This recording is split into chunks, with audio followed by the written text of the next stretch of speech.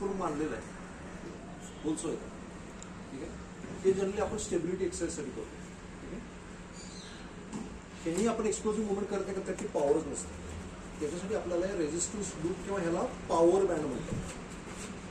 त्याच्यामध्ये वेगवेगळे रेझिस्टन्स मिळतात तुम्हाला. ह्या बँडचा फायदा असा आहे की तुम्ही स्वतःसुद्धा मॅनिप्युलेट करू शकता मेंबरला, किंवा तुम्ही बांधूनचा करू शकता. शक्यतो स्वतः करा. बांधून थोडंसं अवघड जातं, कारण बांधून काय होतं, त्याचा रेझिस्टन्स खूप वाढणार. जर मी ह्याला बांधलं पोलला कशाला तर जिममध्ये आहे त्याला, त्याचा रेझिस्टन्स खूप जास्त आहे, ते छेदणार नाही होणार. तसा सुद्धा हा बँड जो आहे, हा बँड तसा स्ट्रॉंग आहे. लक्षात पॉवर बँड घ्या विकत, मी येतो तुम्हाला त्याच्यानुसार कलर कॉम्बिनेशन असतात. तुम्ही स्वतः मॅनिप्युलेट केलं तुम्हाला एक अंदाज येतो कलरमध्ये वेगवेगळे कलरमध्ये त्याचं. आता ह्याच्यामध्ये सगळ्यात इम्पॉर्टंट काय आहे की जेव्हा तुमचं इसेंट्रिक असतो ना, तर इसेंट्रिक तुम्ही खूप हळू करायचं.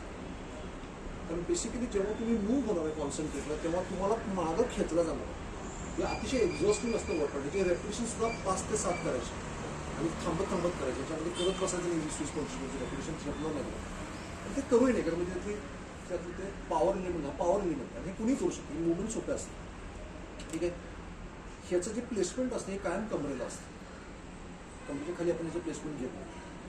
ह्याचं आपण कुठेही करू शकतो पायात. ठीक आहे, तर ह्याच्यामध्ये तुम्ही कसं करायचं, 4 ते 5 सेट द्यायचे, 5-5-6 रेपिटेशन प्रत्येक मेंबरची दिली तरी चालेल. मध्ये थांबून दिलं तरी तुम्ही चालेल. हे लक्षात घ्या.